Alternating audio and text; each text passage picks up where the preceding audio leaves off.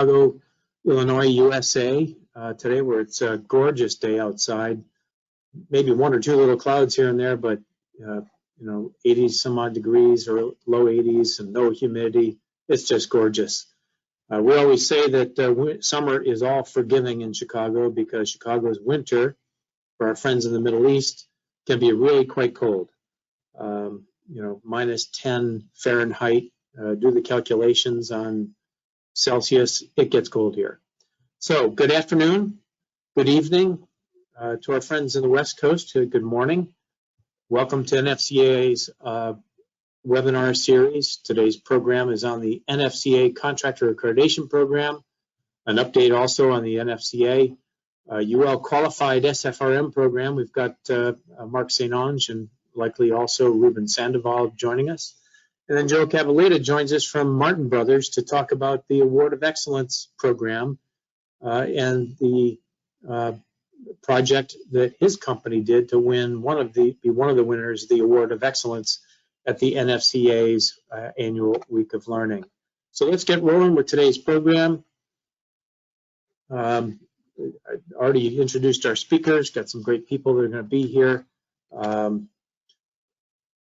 Left a slide in from last month. Goodness gracious, you caught me. So here we go. A big thank you to the board of directors from the NFCA. The NFCA's board meets via teleconference a couple times a year, and then we have a separate meeting where they fly in to the Chicago area, usually right by O'Hare Airport, and spend a full day in a workshop going over strategic goals of the association. Where are we and where do we want to go? My hat is off to these volunteers, the volunteer leaders that take a lot of time out of their day to be part of the NFCA board and also part of NFCA committees. For instance, today the NFCA program committee spent the better part of an hour and a half talking about the 2023 Week of Learning and Educational Conference. Many of these committee members also are on the board. We had two of them that were not part of the board that were on the call today. And it's really cool to have these committee meetings in between board meetings as well. So a big thanks to the board of directors. How do you become a director? If you want to think about it, join one of the committees, get involved, come to the conferences, take the NFCA education and exams to become an NFCA SFRM or IFRM DRI. Great programs all the way around.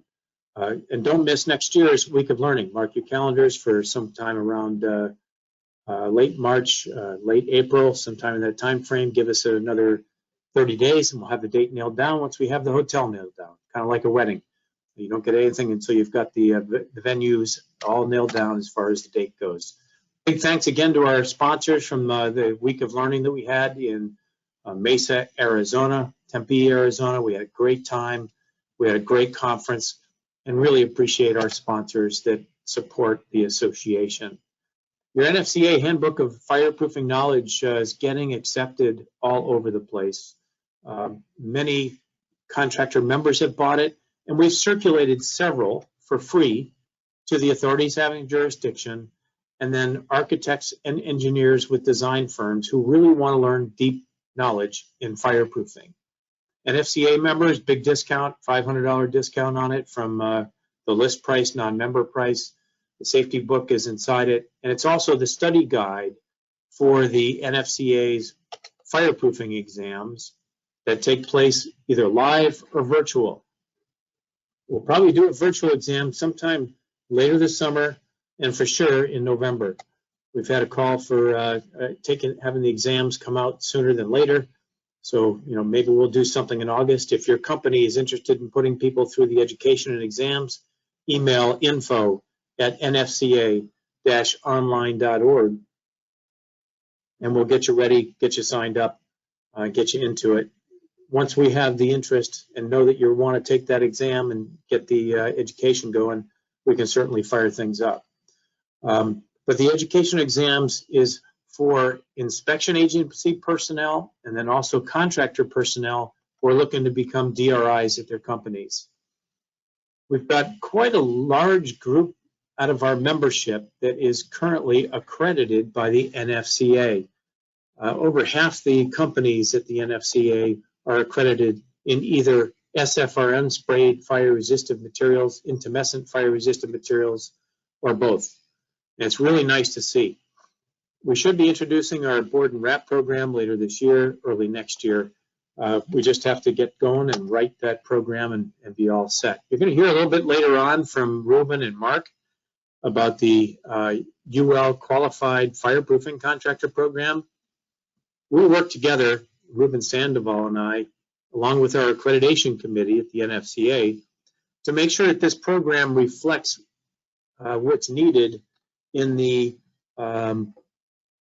industry for qualified contractors. And we fixed a couple of things that were in it from its introduction.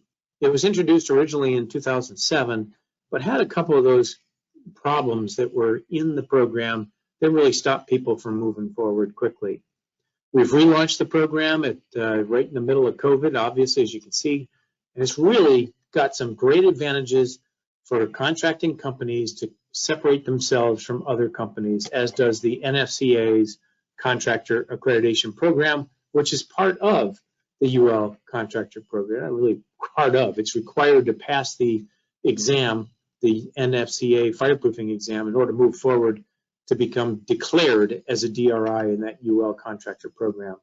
We had some really good code development hearings in lovely Rochester, New York in late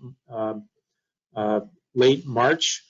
Crazy enough, it snowed in late March, early April in Rochester, New York, where we were at these code development hearings. A big thanks to our friend Rich Walke, who attended with me, along with Doug Evans, our other consultant that provided great input for us as we testified for items and against items. Some of the performance-based fire design, structural fire design issues came up, and we don't really feel that those are quite ready, as they say, for prime time yet. We're also working with the Canadian code development process, the NFPA's code development process as well. I sit on the NFPA 101 and 5000 Fire Protection Features Committee, and both Rich and I served over the years on the ICC's Fire Safety Code Development Committee. NFCA has been active at ASTM. I had the opportunity to be in Seattle, Washington, and just after our conference took place. So rather than go home from Arizona, I spent Saturday in Phoenix, Arizona, with some family, of course, and then hopped an airplane to Seattle the next afternoon, about 1 o'clock. And next thing you know, we're fired up in Seattle to talk about ASTM E605, E736, and the inspection standards as well.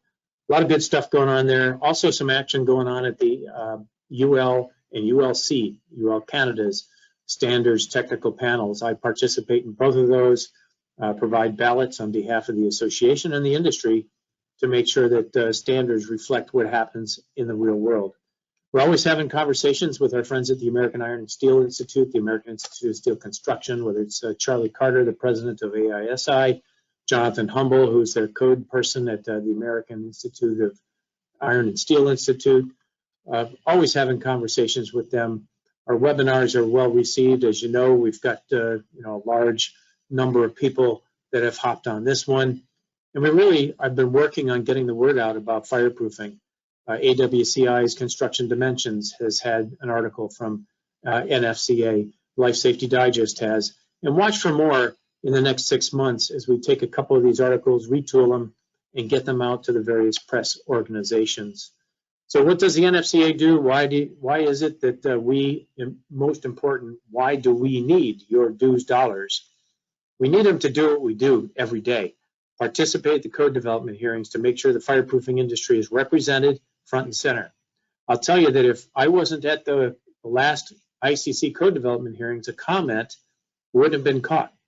I caught a comment that someone said mistakenly, fireproofing, fire resistance has been eliminated from the code. Like, what? Fire resistance got eliminated from the code? No, it didn't get eliminated.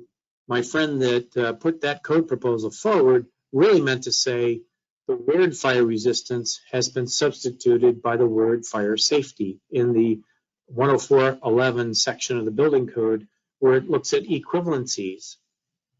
In other words, alternative materials that have not yet been tested. And then fire resistance was one of the items that was listed. It's been changed to fire safety, so it includes reaction to fire, fire resistance, and many other things. But my friend Marcelo screamed out, oh, it's been eliminated. No, it hasn't been eliminated from the code. It's still a part of it. 104.11 points people back up to Chapter 7 to compare whatever their alternative solution is to what exists in the building code that's equivalent in safety, fire safety, efficiency, et cetera, et cetera. So it's huge that we're at these hearings and protecting the fire resistance industry, which we do quite often. Again, we're at the ASTM task groups, NFPA, Canada. We participate from time to time in the Society of Fire Protection Engineers. We're all over the place trying to find ways to make fire resistance not be a forgotten sport in the building codes or in people's minds. For instance, I shot off a couple of LinkedIns the other day because there were people that said, all we need are sprinklers in buildings because of the fires that took place, such as the Bronx apartment fire that took place, what, 2-3 months ago. On the LinkedIn, somebody said, oh, we just need to sprinkle the building. No, we need to make sure that the detection alarm system works, that the sprinkler system works, and that the fire resistance is properly designed, installed, inspected, and protection maintained.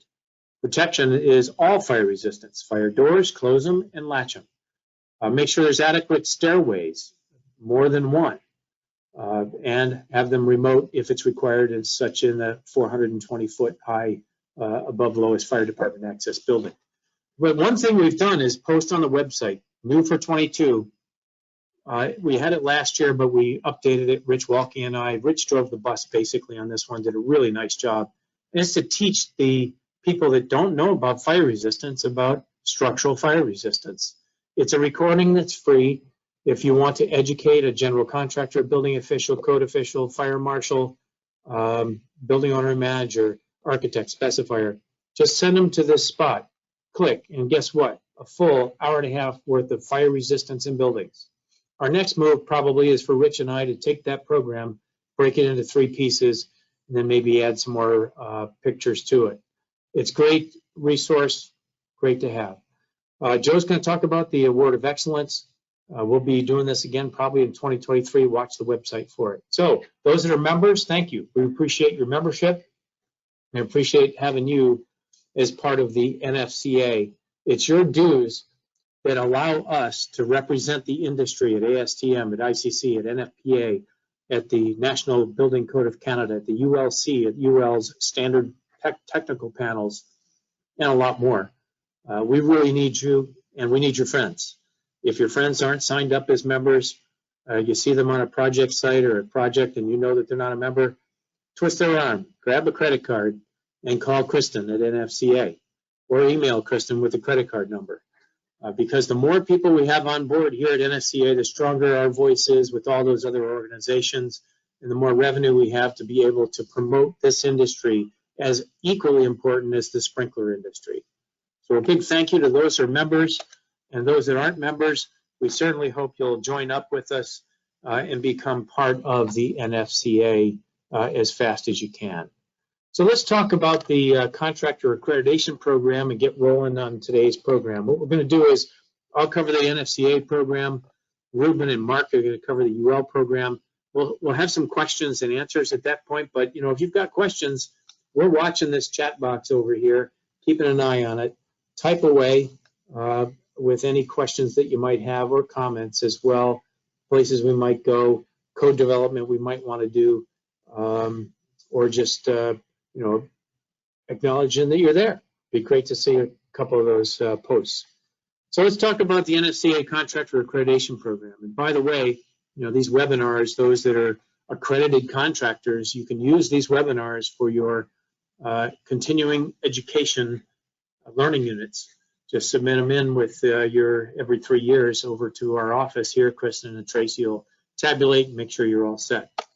So the NFCA's Contractor Accreditation Program really is a great program. The whole idea of both of these programs, the NFCA's program and then also the UL Qualified SFRM program, contractor program, is to improve the product application quality, to get it built right the first time.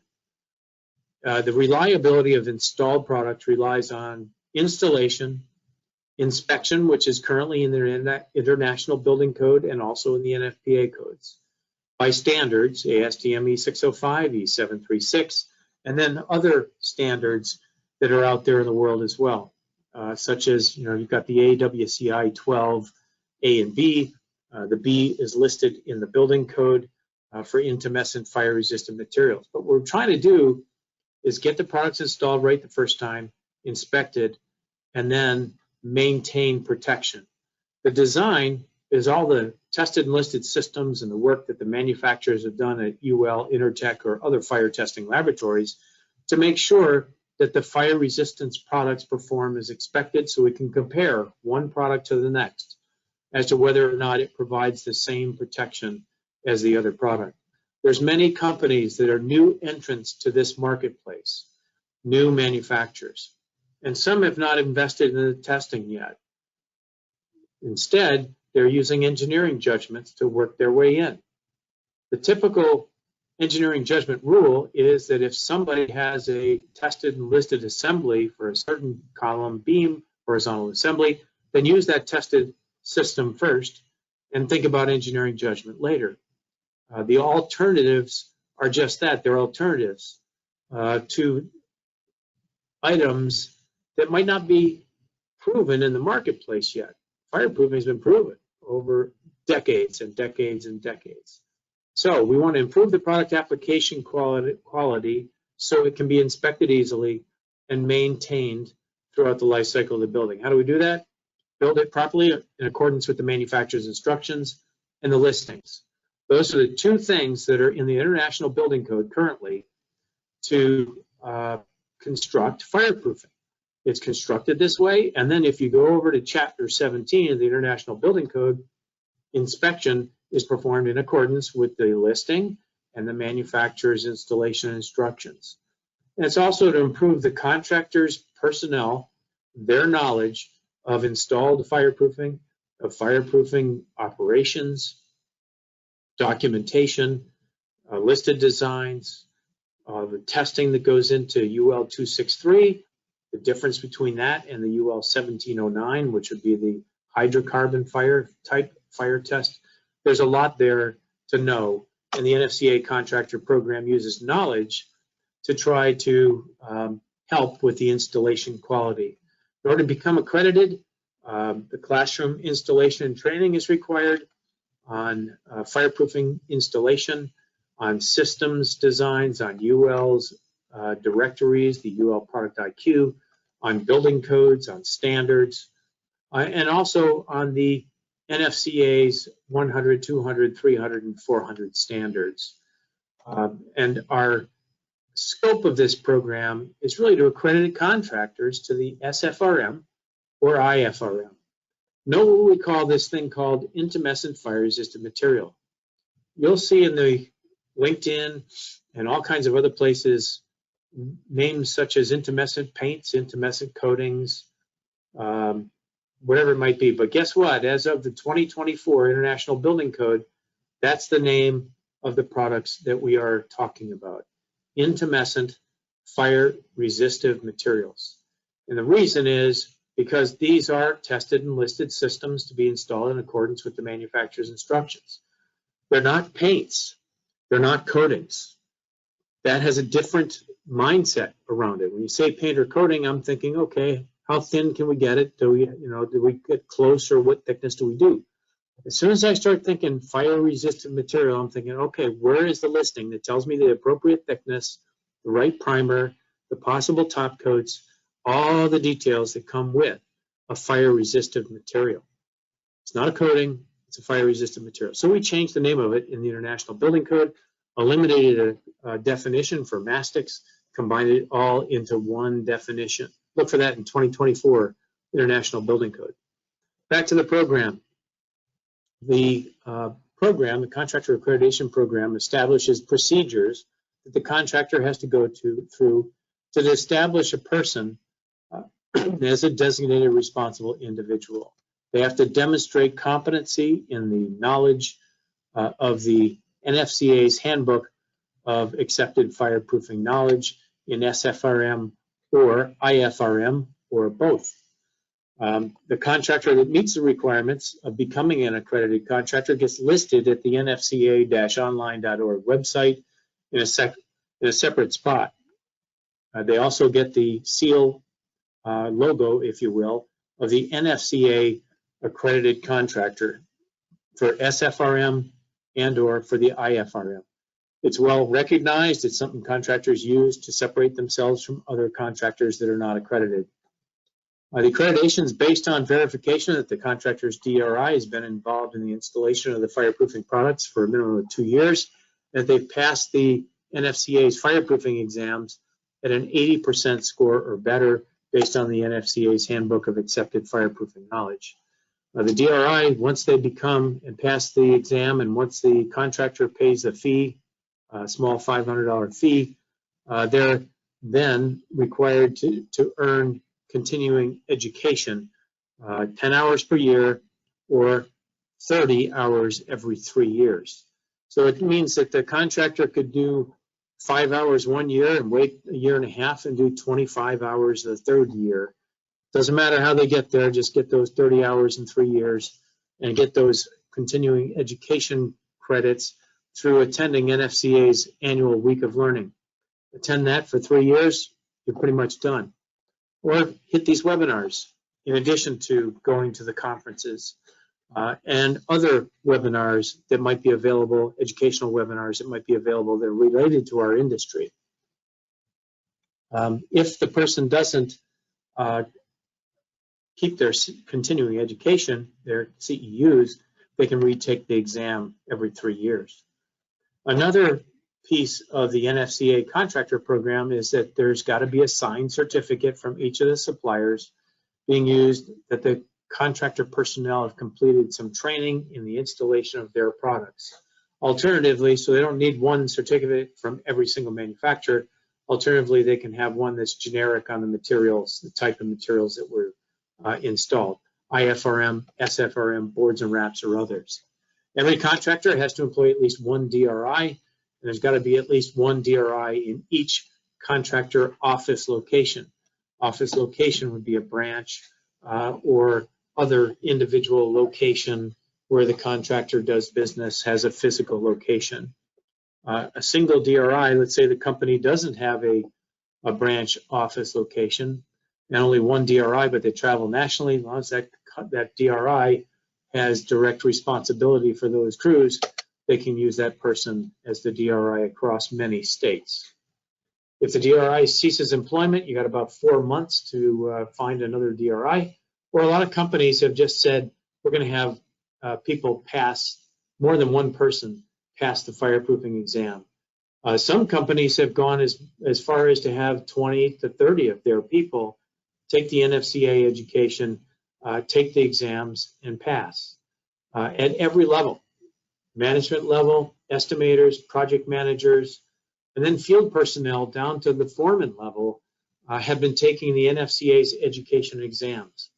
Think about what that does to your company. It really elevates the knowledge about fire testing and fireproofing, and really gives the individual worker the ability to feel like, hey man, I am a part of this industry and I'm getting to know everything I can and invest in my career. Certainly as a company you might pay them, but you know, it's school, if you will, and that's not typically something that's done by people in the field. They'd rather work with their hands, some not, some are good book readers, some are not. But it's an investment in their own career and really draws them into our industry and hopefully keeps them there because they have a deeper knowledge of our industry and the importance of fire resistance in buildings. Other applicable documents other than the Handbook of Fireproofing Knowledge, the NFCA 100, 200, 300, and 400, these are all great documents that you can use as a contractor company to prove your points. For instance, in the standards, it recognizes that the general contractor should be providing heat, should be providing water and electricity for the contractor's operations, the fireproofing contractor's operations. And it says that inside these standards. You can use these as a proof source to the general contractor that you're not the only company asking for this, that it's an industry practice that's done frequently. Other applicable documents, the UL's Product IQ Online Directory, and for the IFRM, we haven't gotten to AWCI yet, but the standard practice for testing and inspection of the intumescent fire-resistant materials. That handbook's really quite good. A big hat off again to my friend our friend Rich Walke, for helping me get this document over the top and finished. I had it just about done, but I really needed that depth of technical knowledge that Rich brought to be able to assure that it really is the handbook of accepted fireproofing knowledge. A big thanks, Rich, for getting that done. The book has all kinds of good stuff in it. Its chapters are divided up into 8 pieces, and chapter 9 is under development now. We'll get more to you as we kind of flush out what we want that to be about. If you've got ideas of what you want the manual to have, the Handbook of Fireproofing Knowledge, email us, info@nfca-online.org. Give us some suggestions. Happy to listen to the industry. We did a chapter on quality management systems development as the new UL Qualified Contractor Program was being introduced to support that program. There's a lot there. Again, some of the things that we are on our hit list for the future as far as development goes, all kinds of other things that we want to get to as we can get to them. There's a lot of good stuff in that handbook, but there's a lot more that can be in the handbook, and it gives Rich and I all kinds of fun things to do until such time as we get tired of doing it, I guess, which probably is never. We do also have a program being developed right now on special inspections. It's actually already been written in 2006 or 7. I updated it in 2015, updated it again about 4 months ago, and several members, the NFCA members, have been sending pictures in, recording videos, so we can make this special inspection education program come to life. So watch for that, probably to come out before some of these other ones, even though the special inspection isn't written in here as well. Well, I already have it. I've got an expanded inspection chapter towards the bottom, as you can see there. So I'm not going to spend time here. This is what our friend Ruben and Mark are going to spend a little bit of time on. The top 10 things to have in your management system manual. But just know that when we said to UL, you need to change some things, UL listened. What they listened about was the design professional's responsibility to communicate restrained or unrestrained, and they did a good job of that.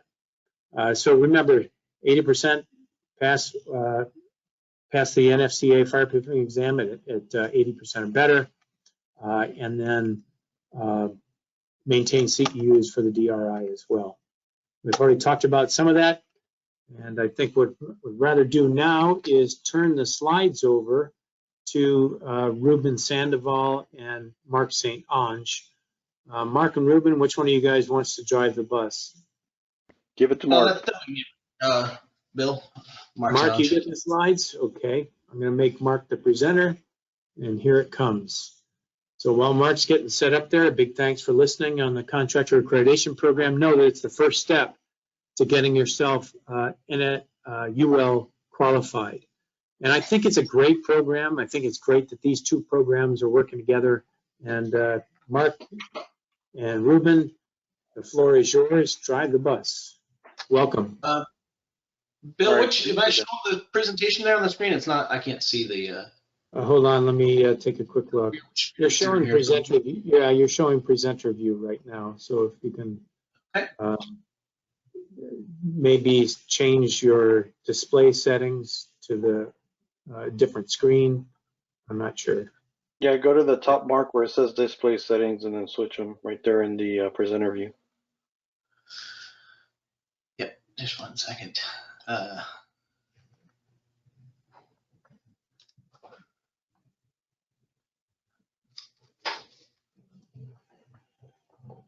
We'll play the Jeopardy music while you're doing that. Sorry about this. Everybody already has it going in their head right now. All I had to do was say it. Okay, so we've got two great people joining us. Mark St. Ange, who's in Florida someplace, and then Ruben Sandoval, who joins us from the Phoenix area. Ruben and Mark work together on the UL qualified contractor programs.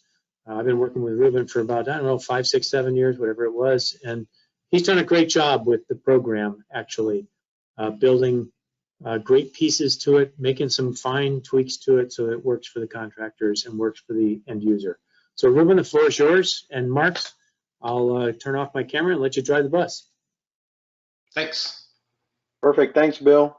I really appreciate the time the NFCA has given us to come over here and present this part of the program. I know I met a lot of you here recently in Phoenix when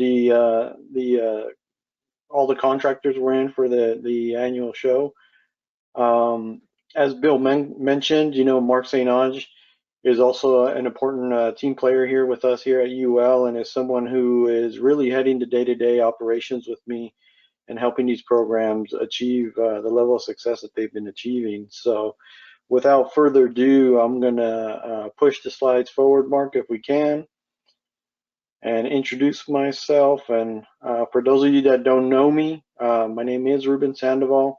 I am currently the program manager, business manager for UL that handles all of the global lightning protection program and its fire barrier management programs.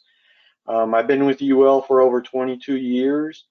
I currently hold a bachelor's in electrical engineering and then an MBA as well.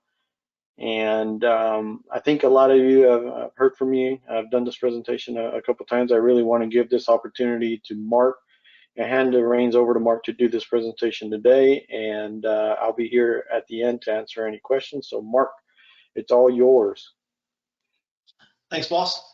So my name is Mark St. Ange. I work for Ruben on these programs, both the contractor program for SFRM and intumescent, and also with Firestop and some of the other pieces to our fire barrier management program.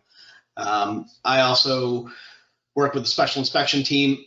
I do the NFPA 80 inspections for the fire doors, along with a new program that we'll be rolling out here probably in October with technical evaluations addressing engineering judgments on the Firestop side of the world. I am the voting member for AS Team EO 621.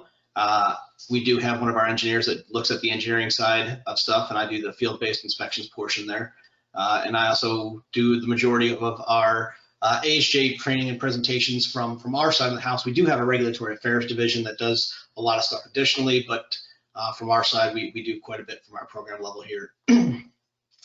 Quick note before we get into everything today, UL, as you've kind of come to know us over the years, we went through a rebranding recently over the past couple of weeks. We are now UL Solutions. So if you see that on some of the slides here today, or kind of start hearing that out there in the industry, we are UL Solutions now, the former UL group. We do have 3 different entities now with the standards engagement team, the research team, and UL Solutions. So the stuff you see for the listings, the stuff you see for the qualified contractor program, and a bunch of the other pieces there, traditional UL stuff that you kind of come to know, that is the UL Solutions piece. Getting into our agenda for today, we're kind of going to go over the program here. What is the UL qualified SFRM contractor program? What are the benefits, and how do you go about becoming one of those contractors? So what is it? In essence, we are a third party that's going to credential you as a contractor to get you that market acceptance. We're going to go through and do an audit of your program. It's not an inspection. There is quite a difference there between an inspection and an audit. So we're not out there to go and do a test of every site you're out there doing material on and putting, installing and spraying everywhere. We're out there to make sure you have qualified people. We're out there to make sure that you have the industry knowledge, that you've taken the exam, and you have a program in place that you're executing. And that's a real benefit to you right there, because as a qualified contractor with that program, that management system that we're going to come and audit you based off of contains these processes that you're going to follow. And following those processes is going to make you better as a company. It's not just there for show. There really is a benefit that you get from it. What is that benefit? Well, like I said, market acceptance there. You get those jurisdictions out there that may start asking for a credential as they start seeing from the fire stop side of the house. Or if you're out there and you're bidding a project and there's a spec and says that you have to be qualified, well, this is your qualification right here. This is how you say, hey, look, I'm not just a knowledgeable person. I haven't just been doing this for 20 years. I have a qualified third party, and not just anybody. I have UL that comes out here. The same company that's out there testing and listing these systems, they're out here making sure that I'm doing it right. So this is a way to increase the efficiencies in your operation, to get that market acceptance, and to communicate to those customers, those architects, the specifiers, any of those other folks out there, the general contractors, that you know your stuff and you're the person that should go to. The increases in efficiency, that comes from the fact that if you do it right, then you're not going to have those delays and those issues that they have cascade down through those construction projects, where you have delays in the failed inspections, delays in the construction process, cost overruns, and a whole bunch of other issues that go on there. Maybe it's a rejected submittal. We want you to avoid those. So we want you to make sure that you understand what you need to do. You go ahead and create this program. So even if there is an issue, if you're following this program, you should be identifying that ahead of time before it becomes a real issue, and be able to fix it. And be able to fix it in a way that it's a root cause analysis. You identify it, you figure out what caused it, and prevent it from happening again. So following this program and these procedures that you'll have in place with this manual, it helps you become a better business that's more efficient, increase those costs, those profit margins by making sure things are done right the first time. The requirements of the program, Bill already touched on. You got to have a knowledge of the fireproofing industry. If you don't know what you're doing, you don't know the industry, then how are you going to do it right? This isn't going out there and trying to learn it as you go. This is, you got to know what you're doing when you walk out there in the field and onto those job sites. The last thing you want is to have somebody out there putting on product, and it turns out that it's not the right type, it's not the right density, you're not getting the right thicknesses every time. The products got issues because it wasn't stored properly, or mixed correctly. You didn't have the right calibrations on your machinery. So you're going to have a knowledge of the fireproofing industry to know what the expectations are. You got to have that DRI. So someone that comes and takes that exam, the NFCA fireproofing exam, and scores an 80 or better. Once you've got that test completed, then you go ahead and create a contractor management system. That management system is going to help you establish those procedures. And then that's what we're going to audit you based off of. Say what you do and do what you say. So this is the point where you're going to say what you're going to do, and then we're going to come out there and we're going to do the audit, and you're going to prove to us that you do what you say. As we kind of talked on, there is a value to having that management system in place. You're going to have a consistency in what you're doing from job site to job site. You're not going to have to worry about as much where a crew goes to this job site and maybe it's right or maybe it's wrong, but they go to the next job site and who knows what the performance level is going to be, because you've got processes and procedures in place with trained individuals that guide those crews to make sure things are right. You're not going to have a job site where you get accepted on over here, but then you go over to the other side of the city and you can't get approved because no one knows what your credential is, or who you are, or how well you'll do. You'll have that established. So how do you develop that management system? There's some key steps, and the NFCA has some good manuals there to help guide you through that process. But you got to be able to identify the processes needed, determine the process sequence, determine the effectiveness of the process, provide resources to support it, and that's all done by creating that management system manual and then documented in there. You're going to document those steps and those processes.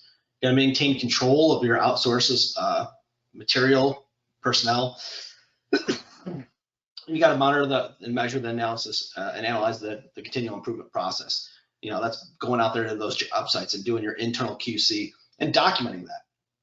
Is everybody perfect every single time when you go out into a job site? No, and I don't think there's a reasonable expectation that would ever be so.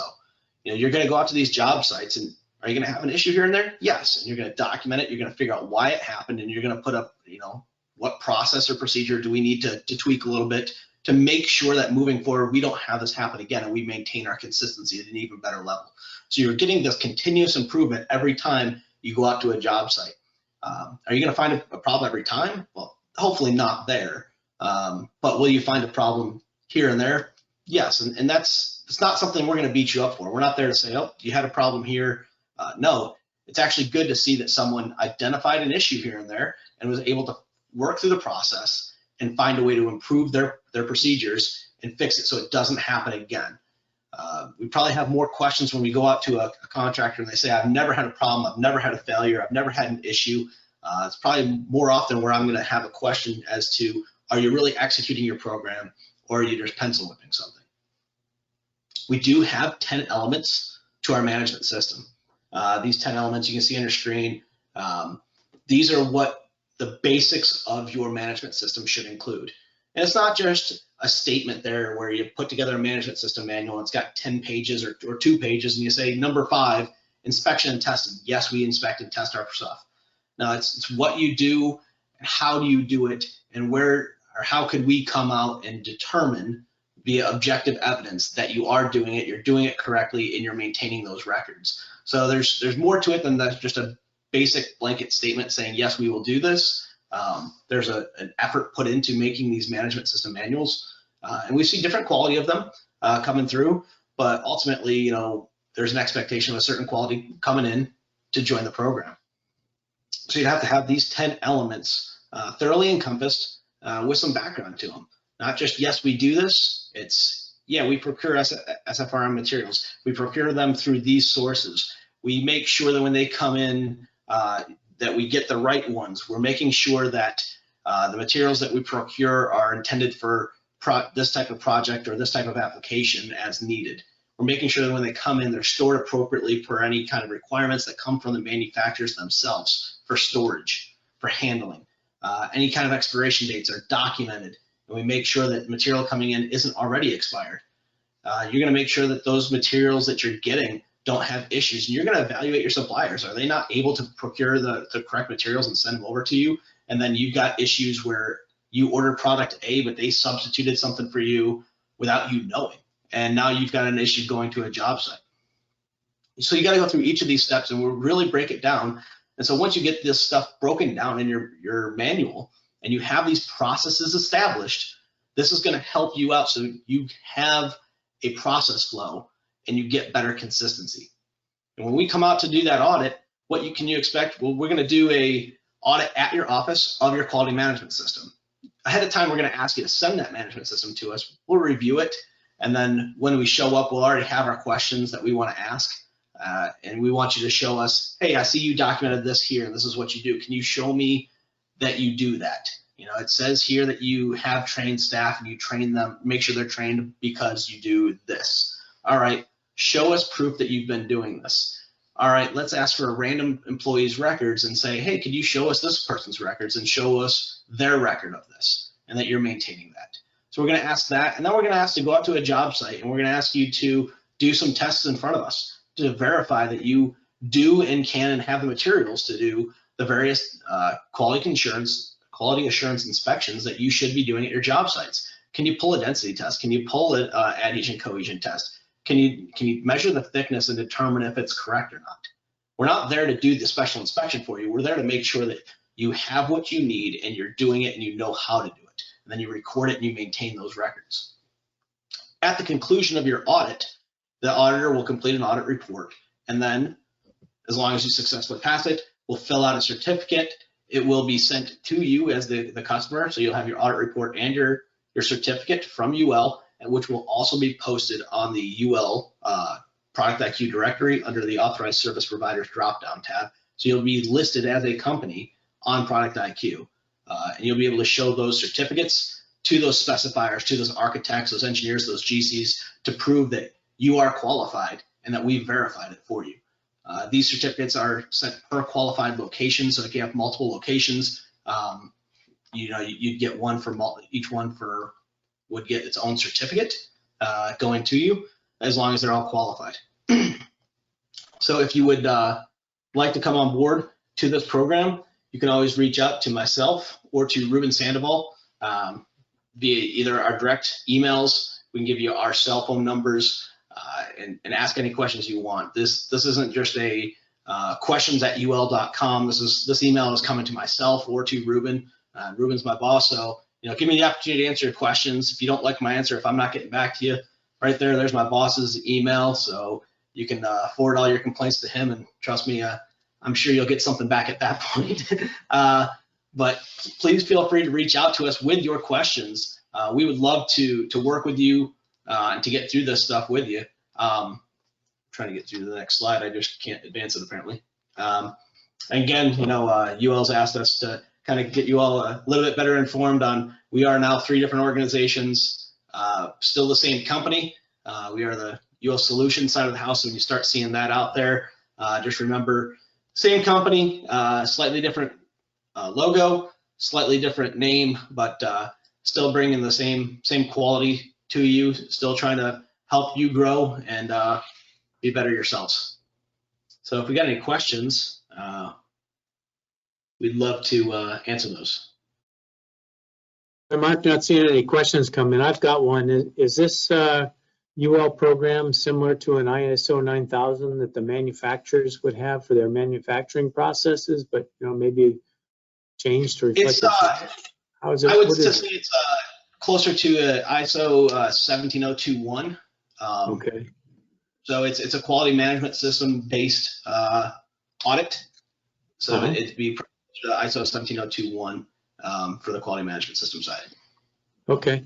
But it has some of the same thing. It's focused on procedures that the company has, and then you guys would audit what they say they do to make sure they do as they say they do. Is that basically kind of summarize it? Okay. And what that does is provides quantitative to the contractor, quantitative qualification. So the questions are starting to come in. First one is, how long does the initial process take? The process is going to take as long as the customer takes to get it out to us. Once you go ahead and take the exam and you develop your manual, you shoot it over to us. We generally can schedule the on-site audit within just a few weeks and get that completed immediately. If you really need a rush job, we can make that happen too. We've done them before within less than a week when customers have said, hey, I really need that. The on-site audit takes about a day to do between the office piece and out in the field, and the auditor should have a report out to you within just a day or two after that. You should have everything in hand. Yeah, so from experience, not me personally, but other people that I've talked to that have gone through it, the biggest part of it is making sure you've got your procedures written down somewhere. How do you do the 10 things that are listed in the UL Qualified Contractor Program? Matter of fact, Ruben in one of his presentations presented on the 10 elements, and he can get that to you, either Mark or he can get that to you, so you can look at it and figure out, what's my purchasing procedure? How do I manage? How do I review the management system every year? What kind of employee training is there? Who are the people that are involved in this part of the industry? How do you calibrate your machines? At what frequency? You've probably already got all that stuff written down. You just need to organize it in the UL fashion so that the audit can take place easily.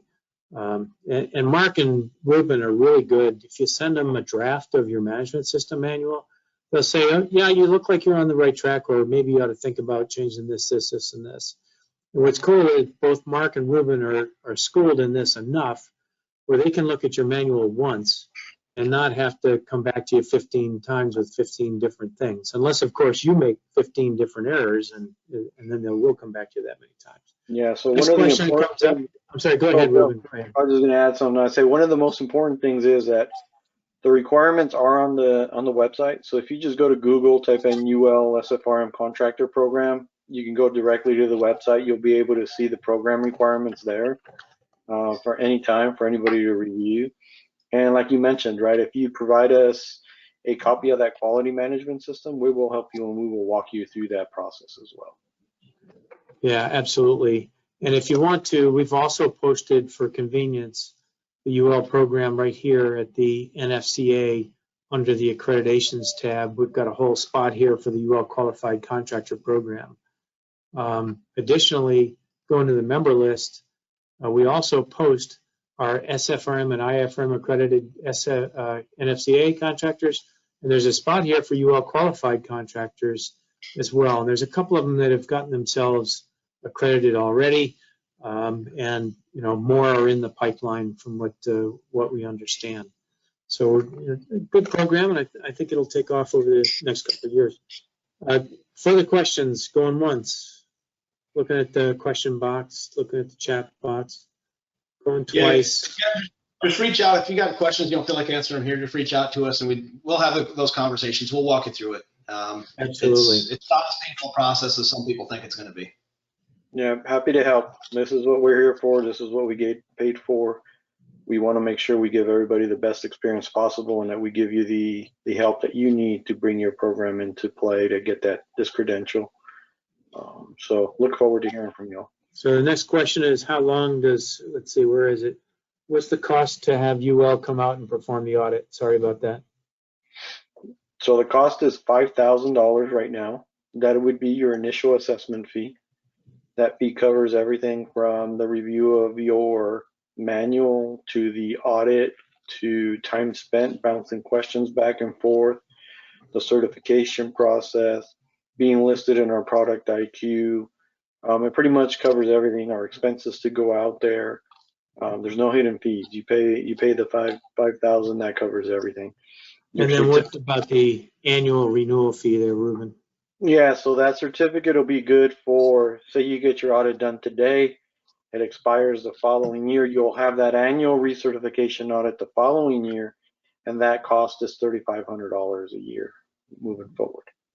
Fair enough. And that includes if you wanted to, if they want you to review the management system manual, that's all part of the fee. Everything's there's no extra charges. Yep. So the other question is, how long does it last? And that's 1 year. So note also that 5,000 is a discount from other programs. I'm not sure how long it'll last. So if you want to get going, now's the time.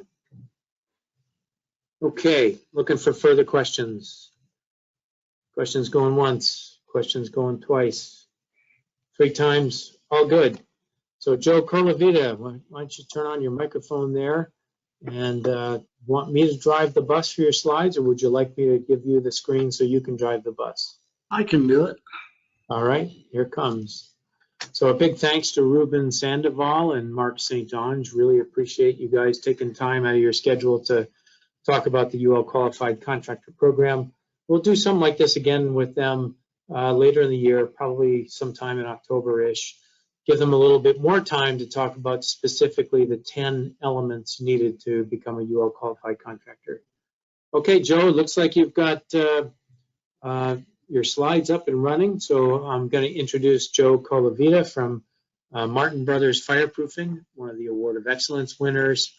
And we'll let you take it away. Really nice to have somebody with a lot of experience in fireproofing, both manufacturer and contracting, in the program you're going to present here. So thanks, Joe. I'll turn my microphone and my camera off and let you drive the bus.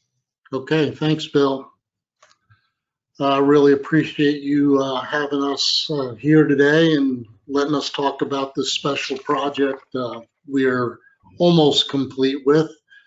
The project is the Lucas Museum of Narrative Arts. This is a $1.5 billion project, and it was founded by filmmaker George Lucas.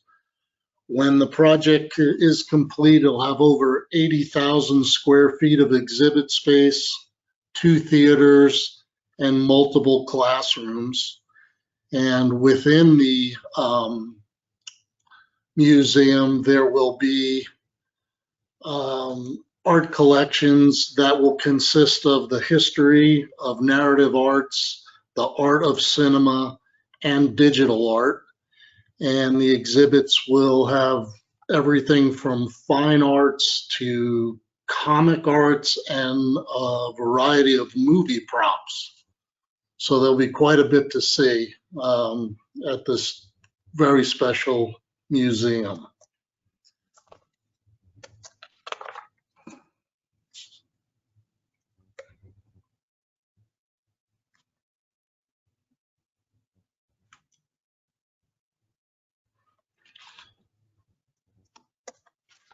Click on the screen there, Joe, right on, take your mouse and click on Lucas Museum and then hit the down button. Okay. There we go. Okay, so again, the museum was designed by architects, Mad Architects and Stantec Architects. The general contractor we're working with is Hathaway Dinwiddie. I'd like to, give them a special thanks. They've been a great partner with us, worked well together, are there to help us succeed, and we're there to help them succeed by providing solutions for a variety of field conditions that we have out there. As you can see, it's not a typical building. It's not a square rectangle. There's curves, arches, different elevations, a lot of access problems and complex spaces that we had to deal with. I also want to thank my team. Many of you remember a great individual with our organization, Martin Rodriguez. Martin was with me at the pre-bid, the bid, and the pre-construction portion of this project. And he had a tremendous amount of experience to share and help us develop our plan to go in and bid the project, as well as secure it and then get our field set to apply the fireproofing materials.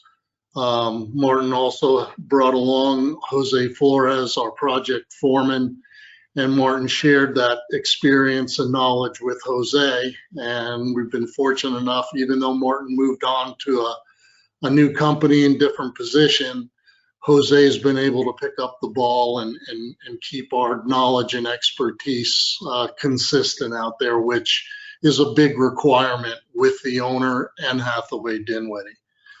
And then the other thanks I have to say is goes out to our Martin Brothers exterior team. They're responsible for the design and installation of that curved skin you see on the exterior perimeter of the building. Huge design task and an even larger installation task that's ongoing now.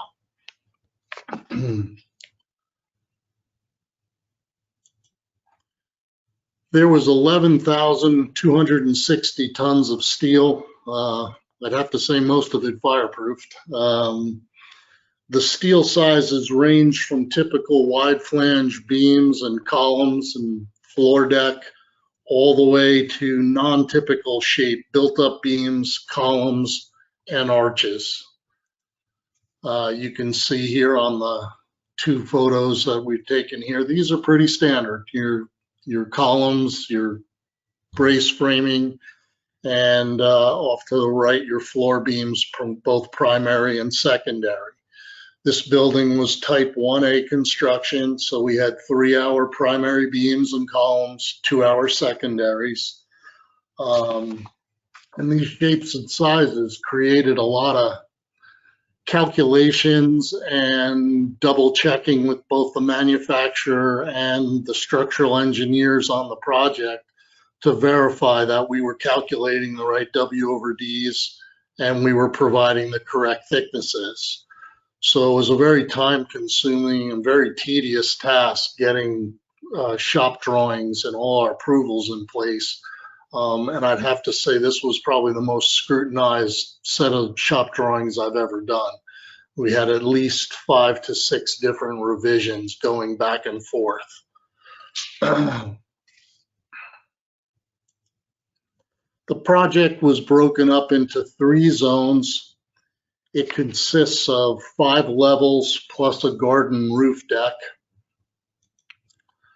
We had to provide a lot of pre-engineering. This is where Martin's help was huge, and then Jose took over, but we had to provide what type of lifts we were going to be using, if it was rolling scaffold, if it was a boom lift.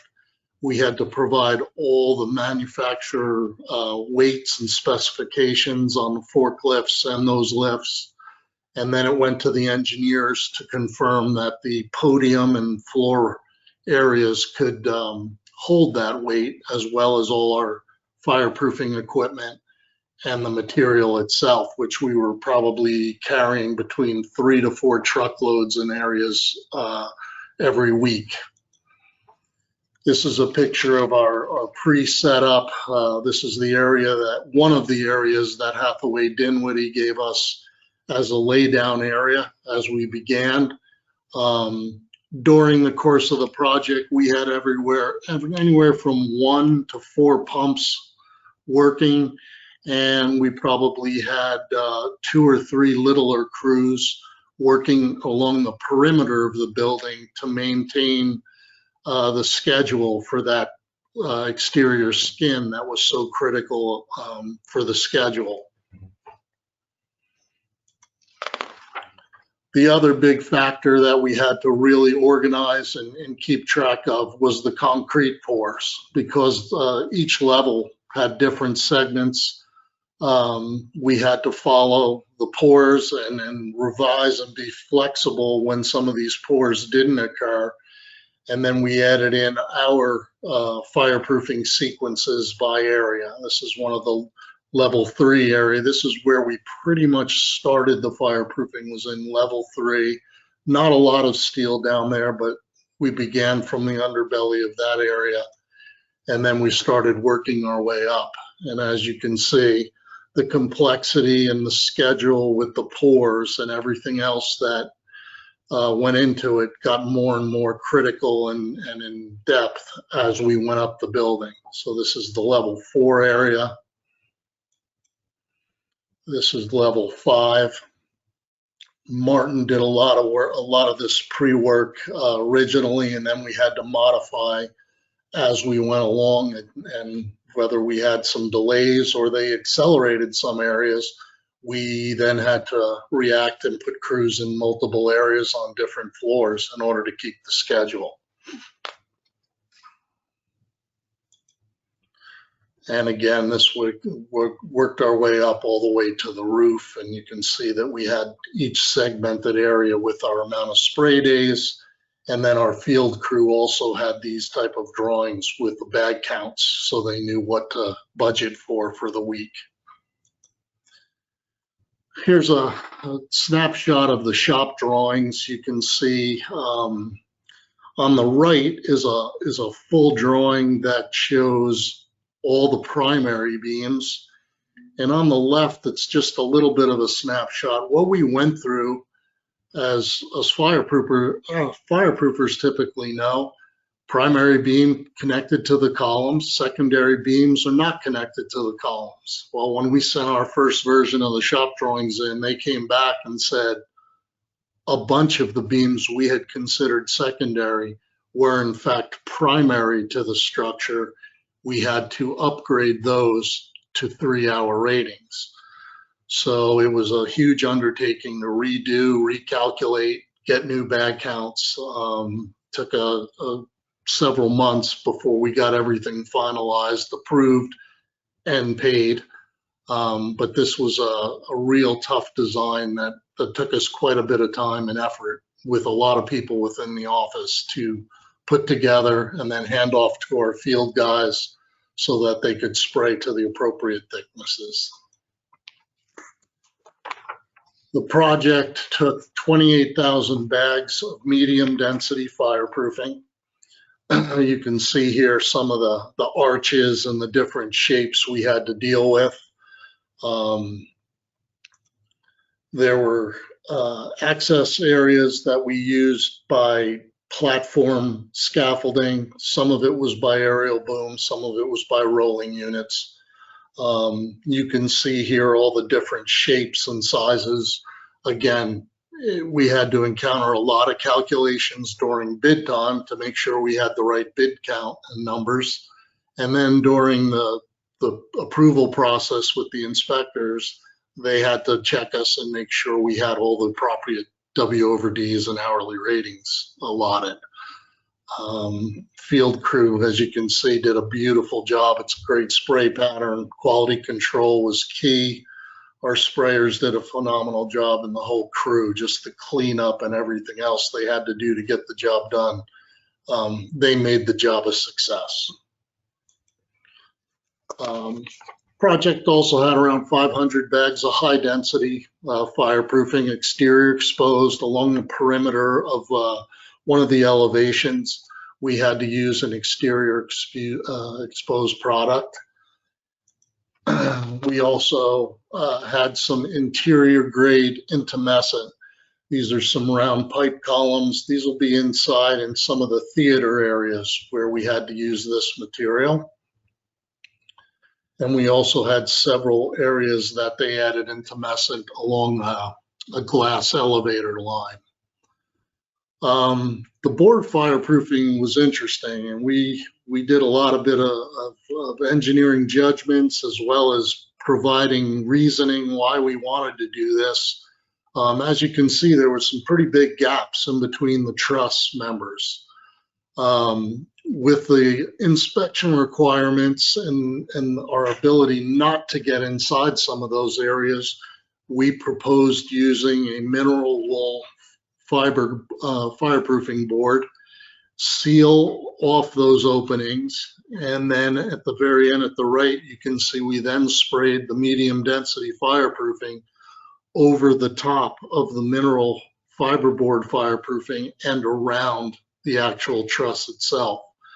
It took a little while to get that approved, but once we did, the application went faster. There was no failed inspections because we weren't having to reach into those cavities and try to get the appropriate coverage, as well as the inspector would have had a hell of a time trying to put a thickness gauge in there or pull a bond strength test. So this proved to be a real big advantage for us by using the board in these different areas to fill those voids.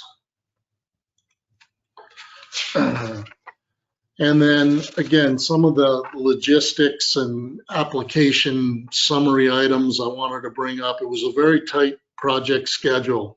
We had multiple crews working multiple areas. We had an interior crew that was working kind of high production areas. And then the outside perimeter crew was working to keep ahead of our exterior team so that they could fasten their exterior joists and trusses to hang those metal skin panels that they were putting on. We had to use aerial lifts, rolling scaffold, and you can see in the upper right the huge dance floor scaffold that we used in order to access some of the higher areas.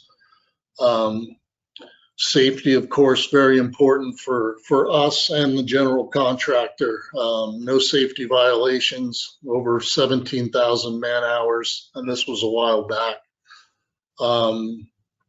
JHAs implemented weekly, if not daily. Pre-test planning was submitted for all our fireproofing work. And then daily tailgate safety meetings, stretch and flex. And of course, our favorite COVID protocols, which were very strictly enforced. We did have a few people on our crew, as well as some other crew trades that had gotten COVID and caused some delays, but we were able to work through all that.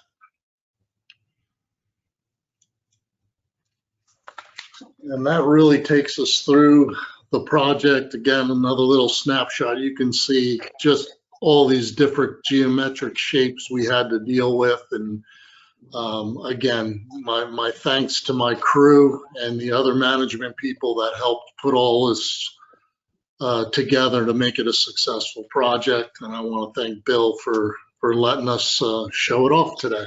Thank you. Yeah, appreciate it, Joe. Appreciate your professionalism and ability to present that project. That building looks like it could take off and fly away, kind of like a Star Wars. Yep. It sure does. It looks like a hoverboard. Yeah, it's pretty amazing stuff.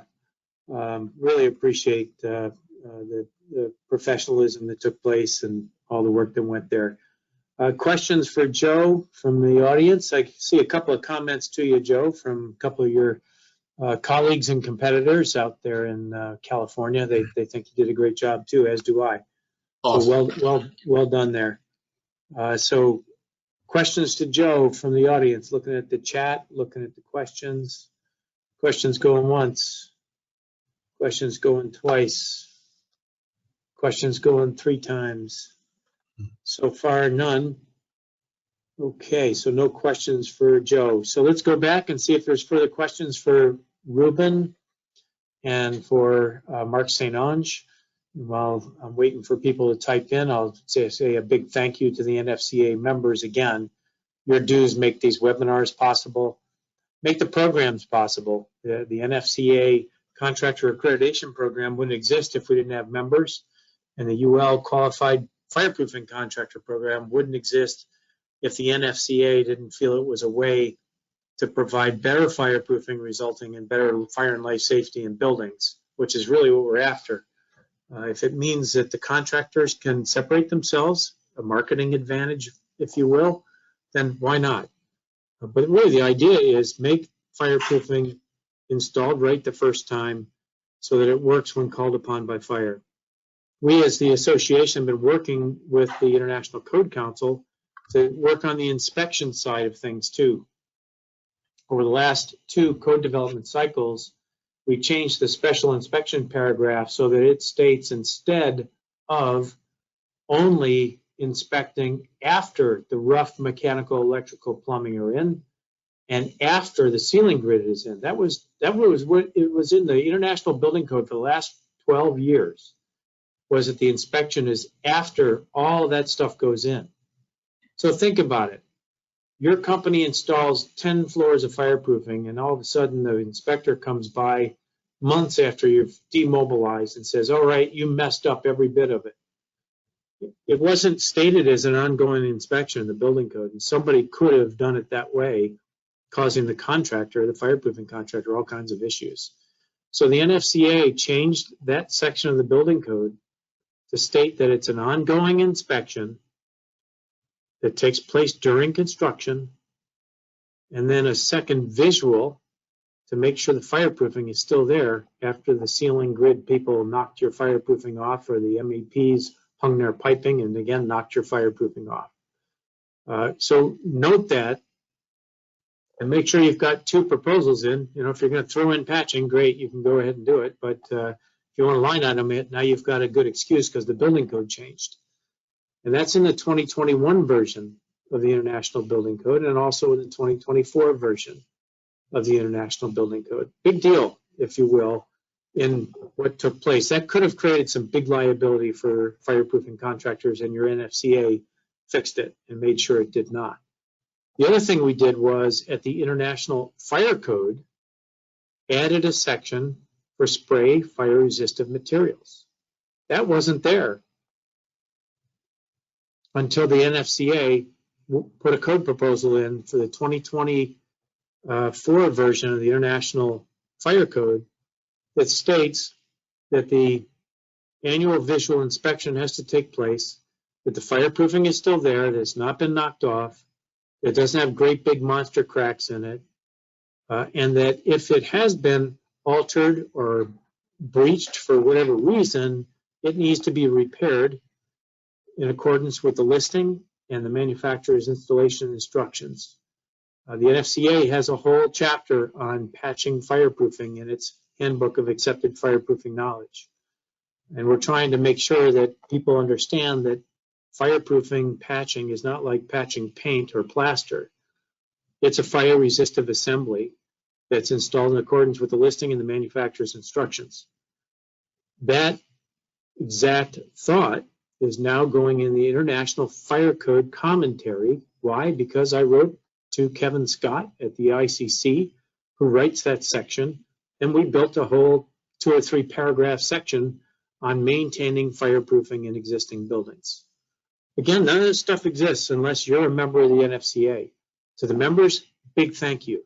You're making a difference in the industry by letting us go do what we do. At the standards development process, at the code development process, to make sure that you get protected liability-wise, and also that the buildings stay safe. That fire code requirement should create a requirement, or not a requirement, but a opportunity for fireproofing contractors to go to existing buildings and let them know, we've got an issue here, we've got to fix this fireproofing. The International Fire Code, for instance, says that there should be an annual, there shall be records of an annual visual inspection of installed fireproofing. And not just fireproofing, but fire doors, fire dampers, fire-rated glazing, and if you're a gypsum wallboard contractor, the fire-rated wallboard. If you're a concrete block as well. An annual visual inspection is supposed to be done by the building owner or whoever they hire to do that. Why can't that be the fire resistance contractor that can make sure if you do install gypsum wallboard, why not you be inspecting your own wallboard that's fire resistance rated to make sure it doesn't have holes in it. And then if it does have holes in it, patch it appropriately to the GA 225, Gypsum Association Manual 225 recommendations for patching fire resistance rated gypsum wallboard. That section actually could use a little bit more detail, but for now it is what it is. 1 hour patching, 2 hour patching, 3 hour, 4 hour. There's some different methods for each one. It's important to get it right. Otherwise, the fire resistance doesn't get maintained for the life cycle of the building. Same thing with fireproofing. Parking garages, exposed areas where the fireproofing is. We know it's getting knocked off. Why not find a way to have the general contractor connect you, the fireproofing subcontractor, with the building owner and manager at the end of the project? Maybe submit the UL designs to, they're the as-built, to the general contractor. Not maybe, you should. Why? Because Division 1 of the specifications, starting in the next couple of years, is going to demand that you provide as-built for the tested and listed systems and the manufacturer's instructions and safety data sheets for the fireproofing to meet a requirement that says the building owner manager is supposed to provide an inventory of fire resistance, keep records of an inventory of fire resistance, manufacturer's instructions, listed designs, safety data sheets, structural drawings, life safety drawings. The fire marshal can walk into the building at any time and say, okay, building owner, show me your records of how you're maintaining this structure and maintaining its fire resistance. Anytime they can walk in. Even more fun, if I were the expert witness for a plaintiff who had a loss of life or loss of property because the fire resistance was not maintained, the first thing I'm going to do is give the lawyers the information they need to ask me the questions. Hey, Mr. McHugh, what's in the fire code about maintaining fire protection, fire resistance for the life cycle of the building?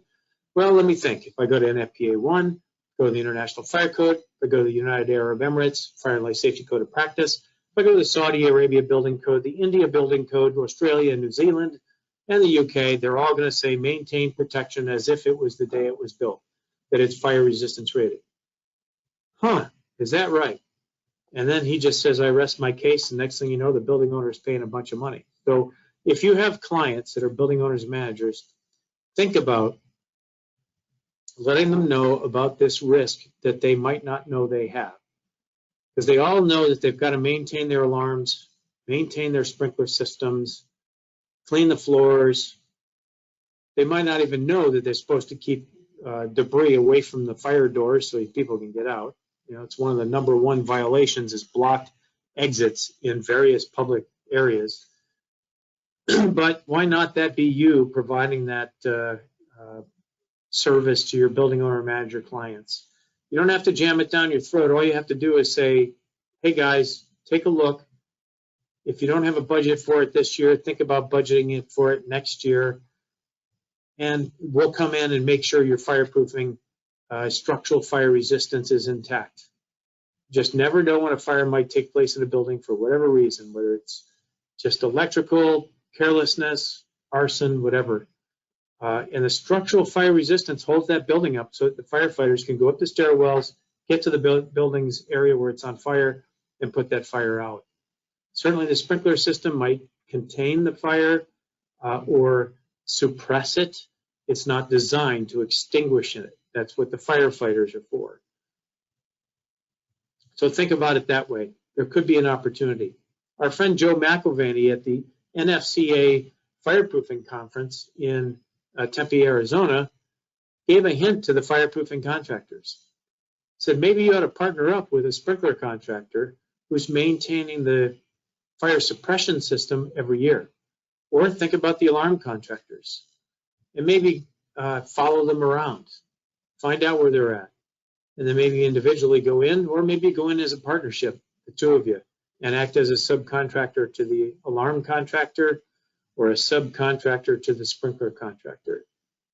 Either way, just know that your NFCA is trying to think about how do we keep fire resistance reliable so that people don't blame fire resistance for failures in buildings, so that the reliability is there when it's called upon by fire, and so that we can prove to the industry that it has great value in buildings. Because we know that there are other industries that are saying, get rid of fire resistance, you don't need it, it's not reliable, it doesn't work. We've got 100 years worth of fire testing, ASTM 119, UL 263. They've been around since 1919-ish. And it's been improving every year since, because we know the engineers at UL, Intertech, or other testing laboratories are working to make sure that the furnaces are reliable, the thicknesses of fireproofing are optimized for great value, and that they provide the right services to those that are trying to prove that their fireproofing products work in certain situations and can be compared to others. So as a NFCA, we urge our contractor company members to get themselves accredited to the NFCA's Contractor Accreditation Program. Once you've done that, think about moving on to the UL Qualified Fireproofing Contractor Program. It's a great way to separate yourself from others who think they're fireproofing contractors. There are those that respect the listings that have been built by the fireproofing manufacturers. They've invested millions of dollars in testing to prove their products work. And then you get companies that come along and say, hey, Bill, I spent X amount of dollars on fire testing. Am I done? And you can see they haven't even come close to testing enough products to cover a whole structure. Yet they think they want to be in the industry in a big way. So what do is submit their stuff under alternative materials. And those that maybe not know what the implications of that are, go ahead and approve it wrongly. That's what we want to find a way to prevent. And that's what the NFCA's education program is for. It's what the UL contractors are for. It's also what the NFCA's website, the video that I mentioned to you earlier that Rich Walke and I did, mainly Rich driving the bus on fire testing. That's why that's up front and center on nfca-online.org. So join the association if you're not a member. If you are a member, thank you for being a member of the association. Questions on today's program, feel free to email me, bill@nfca-online.org, or if you want to join, Kristen at nfca-online.org. Remember, your membership's an investment in the industry. It's an investment in your company. It's more than just your typical membership where you get, stuff of conferences, newsletters, all that kind of stuff. Yeah, we do that. But also we're out there out in front trying to make sure that your industry is viable to the outside world because we believe in it. We believe it works and we believe it provides value. We'll be doing that until we can't do it anymore. So again, thank you for being part of the webinar, taking a look at the questions. I don't see anything there, not seeing anything in the chat box. And I guess what I'll do is wish everybody a great week, a great July, and invite you to the next NFCA webinar. I'll do a congratulations to the people you see on the screen who passed the NFCA fireproofing exams in April at our conference in Arizona. Congratulations to them. To the members on the line that are NFCA accredited, thank you. Those that are not, we hope you get yourself accredited, and we'll look forward to seeing growth in the UL Qualified Contractor Program. Questions on that, email Ruben or Mark, or email us and we'll connect you. So thanks everyone for being on the call and on the webinar, and we'll look forward to seeing you at the next one. Have a great week, everyone. From Chicago, Bill McHugh, Executive Director of the National Fireproofing Contractors Association, signing off for now. Goodbye, everyone.